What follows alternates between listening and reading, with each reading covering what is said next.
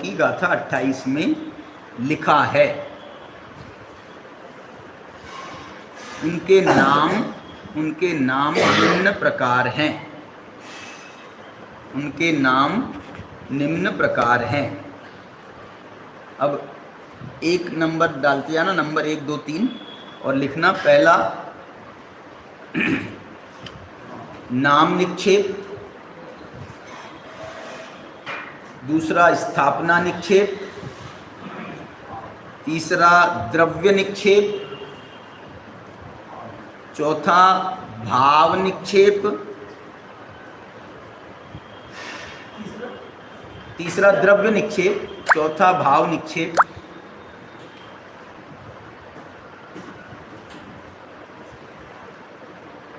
पांचवा अरहंत के स्वगुण। सगुण है ना, सगुण। सगुण शब्द का अर्थ है स्वगुण। अरहंत के स्वगुण। छठा अरहंत की स्वपर्याय, अपनी पर्याय, इसकी अपेक्षा से वर्णन, पर्याय की अपेक्षा। सातवां च्यवन। अभी च्यवन का अर्थ नहीं बताया।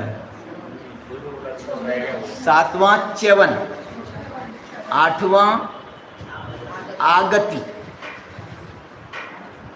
अरहंत का च्यवन भी लिख सकते हो आप, अरहंत का च्यवन, या अरहंत च्यवन अकेला लिखो। दूसरा है अरहंत की आगति, और नौवां है अरहंत की आगति। आगति आगति ती छोटी की मात्रा लगाना। और नौवां है अरहंत की संपदा।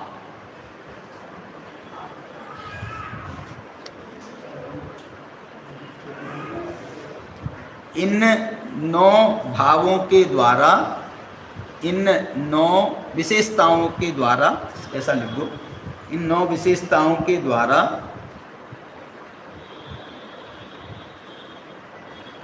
भव्य जीव, भव्य शब्द का भी अर्थ निकाल लो, भव्य जीव अरहंतों की भावना करते हैं। भावना करने का अर्थ होता है विचार करते हैं। भावना करने का अर्थ मैंने वही नहीं होता, मांगना ही अर्थ नहीं होता है भावना। कामना करना ही भावना का अर्थ, विचार करते हैं। अनुप्रेक्षण, अनुप्रेक्षा का अर्थ होता है भावना। अनुप्रेक्षा माने बार बार चिंतवन कर। तो उनके स्वरूप का इन 9 बातों से बार बार चिंतवन करते हैं, ऐसा इसका अर्थ है। अब इसका अगला प्रश्न अपन कल लिखेंगे।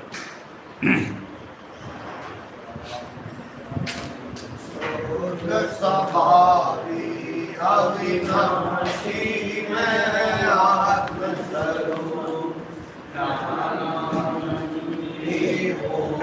निराकुल सदा प्रकाशित मेरा स्वपर प्रकाशी ज्ञान हमारा चिदानंद घन प्राण हमारा स्वयं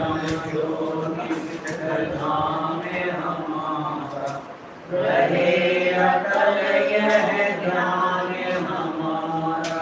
देर मरे से मैं नहीं मरता, अजर अमर हूँ आत्मस्वरूप।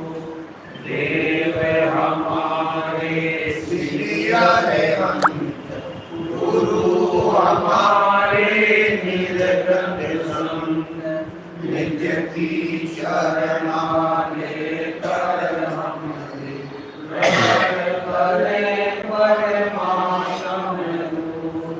सत्य तत्व का निर्णय कर दे, अपर वेद विज्ञान सुकर ले। निज स्वभाव दृष्टि में धर दे, सबही परिहर ले। बसला के जमन तन